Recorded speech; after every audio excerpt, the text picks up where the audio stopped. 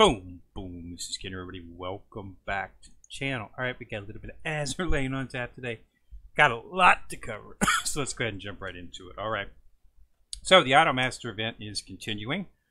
Going to be going on for until the 4th of August. So we've got roughly halfway between it. So let's go ahead and take a look at what we got here. Now, I managed to attain all of the ships, so I'm pretty happy about that. I got him, quite early in the actual event. So let's go ahead and take a look at each of these ships here. I'll give you a little rundown on what to expect from each of them. None of these ships are OP ships. These ships are niche ships, meaning that they have a skill set that is useful for certain things. And as we go over these ships, you're going to hear a common theme, and you will be able to determine exactly what you want to use them for. All right, now first up we'll go one of our SSR ships, Haruka Amami. Okay, I do not, please, I get numerous comments about my pronunciation. I am not Japanese, so I mess up some of these, so just laugh it off and go from here. All right, so Cutesy Clumsy. Now this is an interesting skill. So each second in combat, this ship has a 10% chance to deal 43 damage to herself. That's right. That is not a misprint. She actually hits herself for 43 damage. Okay, it's only a 10% chance, but it could happen. Okay. Okay. Now, if this, if this happens and she deals damage to herself after 3 seconds, a heal will activate. Okay, now it's obviously probably going to heal herself simply because she's damaging herself. Okay, but then it's going to heal the next lowest hit point ship in the fleet. Okay, so that's where you got it, and that is a maximum of 20%. Okay, so that's dynamic. That goes up to 20%. So that's what you're going to get. So she has in effect a targeted heal, and if you know, I mentioned that in several videos. You've got your San Francisco's out there, and your hosts who do targeted heals, which means they heal ships that actually need it. A lot of the healers in the game, they just heal even if they don't need it. Okay, it's not a targeted heal. It's just like they'll heal 1 or 2 ships in the fleet. It doesn't matter if they actually need healing or not. You could waste it, and it'll heal ships that don't need healed. Targeted heal, lowest hit point percentage. So that's a good skill. Okay. Unfortunately, all of her other stats are average. Pedestrian. Okay. She's middle in pack of both survival and damage, so that she's not something you're going to be able to use in game. Okay. Where she really shines is in 1-to-1 leveling. She's a perfect leveling partner, okay, for 1-to-1 leveling with that heal. Perfect. That's exactly what her skill. Perfect for doing that. So you definitely want to, especially if you're a new player, get her, level her up, and start using her for your 1-to-1 leveling ships. Yeah, 1-to-1 leveling for backline ships and the event maps would be perfect for her. So that makes her, a plus in the book of usefulness. In game, nah, not going to happen. Okay, she's just really not in game material because of her average stats. Okay, the hill would be helpful, but because her stats are average, there are other ships that are better and are going to survive longer. Okay, and she's a light armor ship, so she's going to take a lot of damage inside of the actual, in game. Excuse me, I just wanted to clear my throat. So that's her. But yep, excellent for 1-to-1 leveling. Next up on the list is our carrier. Now, if you've heard anything, heard any discussion about characters before, we've always said that anytime you have a 3-coded skill carrier, it's good, and that's exactly what we've got here. So again, good in terms of what her skill set offers, but again, average stats. Okay, except for her reload. Her reload is pretty high, and this is important because she has the barrage that she offers from her airstrikes. Since she has a reload, she can do extra airstrikes, which means she can usually get off one more airstrike than others. This makes her, and because her airstrike barrage is nearly screen wide, she's excellent at removing mobs. So if you're looking for a low-level mob destroyer, bingo, you've got her right here. Chihiga. So that is what she's good for. Okay. So again, mobs, low levels, possibly good for for leveling up. Okay. So clearing mobs, low level mobs, excellent. So that's what her niche is, low level mob clearer. Okay. So you see what I'm getting at here. These things these are not in-game ships, but for new players, they have some interesting skill sets that can make them extremely useful. All right, so next we're going to take a look at Iori. Manaz, right here is Iori. Okay, now, one of the things that I noticed about her is I consider her to be an above average level battleship. Okay, she's not going to be, she's not going to be excellent in terms of late game. But she will definitely assist in a low-level farming because of her skill set. Okay, in terms of damage, she provides damage reduction and a 10% heal for every. So again, low-level farming. That's what you got to look for. Okay. So it's definitely something that we can use. At the start of the battle, randomly chooses one of those ship in the fleet, decreases the damage taken. Once this effect wears off, heals that ship. Okay. The problem at this is the word randomly. Okay. So it might help, might not. You could target a ship that has no damage whatsoever, or has taken damage whatsoever, and then there's nothing for it to heal. So it's not a targeted heal. So it could be wasted. Okay. Again, that's one of the reasons she's not really good for late game. And the fact that she's, pedestrian in terms of the other. But she's good for low-level farming. So if you're getting the trend now, as I'm here, low-level farming, low-level mobs. See what I'm getting at? Early game, new players, this might be a fleet that you might want to focus on if you can get the ships.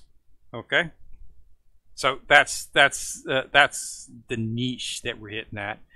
And then last but not least, we got our little ship here inside of the shop. I have not purchased her yet, simply because she can be built, so I might not have to waste 8,000. But so you're not going to get to see a little bit picture of her skill set. But this is Azusa. Okay, she's average. Okay. She's really not useful for anything. Okay, she's okay, and she'll work good early game if you're making a fleet of idle ships. She's perfect. Okay, she'll work fine. Just don't expect her to go in game. There's a lot of other heavy cruisers out there that are much better than her. So if you want to build an Idolmaster fleet, a full Idolmaster fleet, yep, she can do it. But she's average pedestrian. Okay, so nothing there in terms of that. And then, as always, the last ships, the epic ships, again, average in terms of what they offer. We've got 2 subs. Okay, so in case you hadn't noticed, Amy and Mammy are subs. Okay, they have 240 at auction, 116 reload when you max them out, which is pretty high. That's a little bit higher than normal. Okay, so they're a little bit better than the elite subs that we currently have in the game, but they're not as good as the SR subs, the top SR subs. So these are good if you're a new player. You want to build these up because, like I say, these are the best elite subs out there. They're not as good as the top SSR gold subs that we have, but they are, in terms of other epics. They're pretty good, so it might be something that you want to consider building if you're a new player. Okay, now the surprise ship is Ritsuko. Now, Ritsuko is the ship that you get from the leveling event. You know, as you go through the tiers, you get her at 10,000. The surprising thing about her is she's a munition ship. Okay, she offers a 5-second damage buff every 20 seconds to other Idolmaster ships, which is, you know, that's not very good at all. It's pretty, you know, it's pretty pedestrian in terms of that. Okay, the Idolmaster for collapse for 5 seconds. Take more. Okay. If the Idolmaster collapse is in your fleet, increase the ship's firepower by 100% and improves its barrage. Okay, it's only for 5 seconds though. So 1,000, 2 1,000, 3 1,000, 4 1,000, 5 1,000. It's over, and it happens every 20 seconds. So that's not really going to be very good in terms of that. But you definitely want to have her in there, and the reason you want to have her in there is because of the fact that whenever you use 3 or less Idolmaster ships, as you said, firepower by 100%. So she gets a 100% firepower increase. Okay. And if you stack all the firepower gear that you're getting in this event onto her, she can have 400 plus firepower, which is close to a good tier destroyer. So she can actually be a serious damage dealer.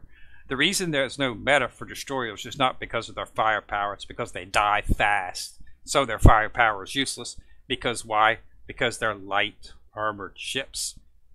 This is a munition ship. She is medium armor. Higher hit points as well too. So this is a much more sturdier ship. Okay? So you're getting the firepower of a top tier destroyer in a munition ship. So that's what makes her extremely nice, and it makes her the surprise of this event. Okay? So definitely want to focus on her, and you get her from within the milestone event right here. You get the first copy of her at 10,000. Right here, you'll get another copy of her at 20,000, which is where I'm almost at. And then you'll get another copy at 40 and another copy at 60. So, you know, you don't really need to focus on 60 because you can use standard bullets, epic bullets to level her up. So it's not imperative that you get the actual run through that many and get that many collab tickets. All right. So, but you definitely want to get her. So she's a surprise ship of this event. So definitely something you want to focus on. All right. So I pretty much completed just about everything. Okay. In terms of the actual trophy, I already got the trophy. Okay. Basically, this was just as you completed the missions, you would get a picture and then you get a stat information ID card. And you just needed to get it for all of them. You know, it gives you the blood type, the age, personal height, where they were born, birthday, all that good stuff. I mean, these are all idols, so that's all the stuff that you want to know about them. And then you get the little token, exclusive furniture for your dorm, which I do have, got that. Meet and greet, this was the mini game that you did it for 7 days. And you get the special gear, which I have, as I said, got that special gear. So that's all you get from there. Construction, I've already built all of the ships. Okay. Milestone, this was for, you know, Ritsuko. I completed that as well. I've already got one copy of her. I'm going through it again. Going to try to get about 25,000 so I can purchase everything inside the shop. And then in terms of the actual event, I have completed the event, and I have, make sure you do the VSP. You should be able to, if you got a fleet that has maybe 100, level 100, make sure they're geared and skilled up. You should be able to complete this. You know, three mid-level bosses, 4 low-level boss, and then at the very end, the master boss. And you get 800 collab points for doing this each time you do it. You can only do it once a day. So make sure you complete that on a daily basis. Just take in 2 fleets with some subs. Make sure you've got 2 tanky fleets. You know, because you're going to be, you know, it's 8. You know, it's the 3 mini bosses that you fight at the beginning, and then 4 regular low level bosses, and then the massive boss at the end. So you're having to go through 8 fights to complete it. Okay, guaranteed 8 fights, and the 8th one will be the final boss, and 800 to do it. So make sure you're doing it every day. I've tried the actual extra showstopper a couple of times. I can't quite finish it off. It does some serious damage pretty quick, but I'm working on it. If I do figure out how to do it, I will have a video on that as well. But it's pretty tough. It does out some serious damage. But this was pretty good. Did a good job. It's a standard Idolmaster story with the storyline and stuff. It's pretty funny, as most of theirs are. So that is what we got in terms of the actual event. So it does end on the 4th, so we're about halfway through. But the ships, like I say, these are not overpowered ships. Don't expect them to, low level. If you want to make an Idolmaster fleet, if you're a new player, it's something to definitely consider, because making a fleet with synergy like that does make the ships more potent, more powerful. Also, if you're low level or new player, they're excellent low level farming ships inside of there, especially the ships that heal. Okay, so there's definitely they fill a niche in the game. Specific roles. Okay, and that's what they were designed for. They're not designed to be in game. They're not designed for that. Okay, so but you want to get them all just because we're collectors, and that's the big thing about the game, is getting all the ships. And so I've got them all, so I'm happy. But yeah. So continue to focus on this. Make sure that you run the event on a daily basis, especially run the VSP to get those 800 points, as that will make you up specifically for the shop. In the shop is standard as always. This is what I buy: the parts and the blueprints. That's really all my focus is. Okay, I'm hoping to build a Sousa so I don't have to use 8,000 of the collab points to purchase her. She is in the build, so don't purchase her until the build, don't purchase her until the build closes. Once the build closes, once this closes, which should be on 8.4, so on 8.5, if you don't have her, purchase her. Okay, because this event will close on 8.4, so you won't be able to build her anymore. So then you'll have to purchase her. Okay, but until then, don't, because you might build her. It'd be really waste to waste 8,000 collab points, and then you can level her up, enhance her, limit break her with prototype bullons, the gold bullons, which you get if you're just playing the game. So it's really not important to get multiple copies of her. So wait until this event, the build event ends before you purchase her. Okay, and then purchase everyone get all those blueprints. That's the very important. This is a really good chance. These blueprints right here can be used on any of the DR ships. Okay, so you've got your Azumas, your FDGs, and the Series 4, the 2 DR ships that are in there. You can use these blueprints for them as well. Okay, so you want to purchase these. These blueprints can be used on any of the other ships, Fort 1, 2, 3, or 4. So Anchorage, Percival, that can be used on those as well, because those are not DR ships.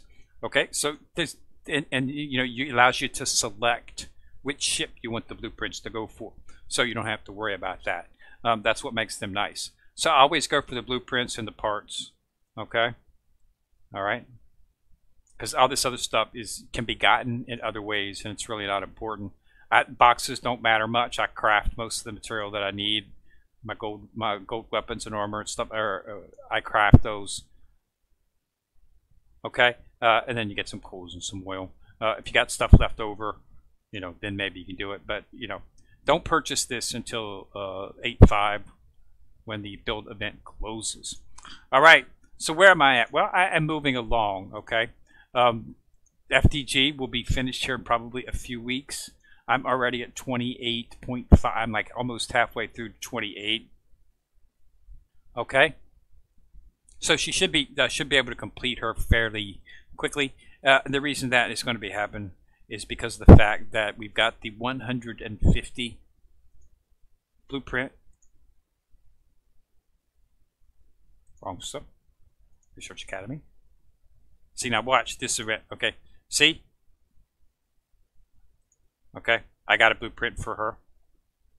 So 52. So I've got 98 more to go to get. So you're guaranteed, and here's a good one. So you definitely want to do this one. Simply because of the fact that you're going to get the blueprint for this, and then you're going to get some more blueprints from this. Okay? So we've got like 98 more to go. So that might be enough to finish her. I'm pretty sure it will. And then I'll switch it over from her to Azuma, because Azuma is the other ship that you can use that those 150 blueprints on, and I'll use the remaining blueprints on Azuma. I want to get Azuma up because Azuma is going to be part of my PvP fleet. So FDG's almost up. St. Louis has been completed. I got her done. Okay. Azuma is almost done. She could be done with gold. I've got her at almost at 30, and then I can start on the fate simulation for her. She's got firepower and hit points, so she's something to consider as well too. Azuma, like I say, I'll be using the excess prints on Azuma.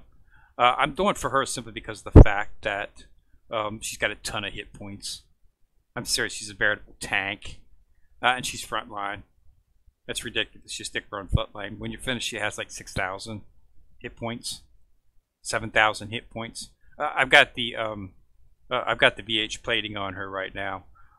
This is really, you get the bonus from heavy. She's not heavy. See, if you put this with a heavy armored ship, like I'll probably end up putting it on Jersey. They take 6% damage taken from AP ammo is 6% decrease. And HE and normal is to 3%, plus the 440 hit points. As you can see, I'm getting the 440 hit points because everybody gets that, but I'm not getting that HP ammo reduction buff because she's not heavy armor, she's just medium. But I've just got it on her temporarily because I'm putting her in PvP occasionally just to level her up, because you get points each time you do a PvP event with the ship to get experience points. So I'm just giving her a little bit more hit points. She doesn't die. She seems to be holding her own very well, considering she's still 2 stars away from max. But yeah, so she's my current backline. So my current backline is going to be, I can't put them in there because they're in.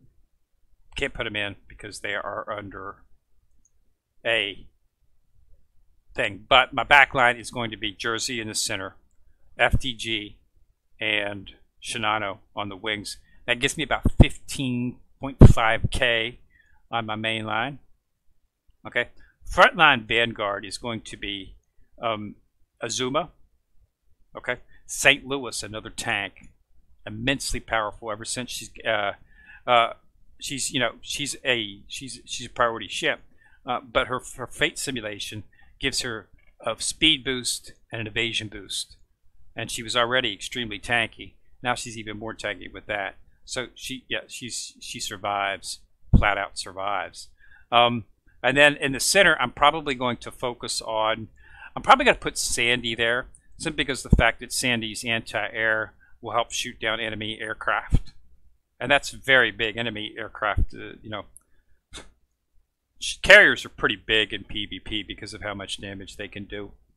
Okay, so you want to have something to combat that. So you need anti-air. Sandy's the best in terms of anti-air. Once you get her,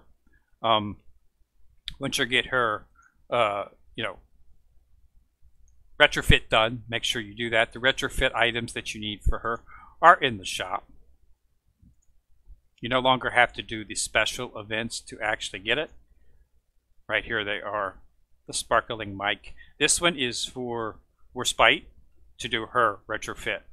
You used to have to do a special event, wait for the event to come around to get these items.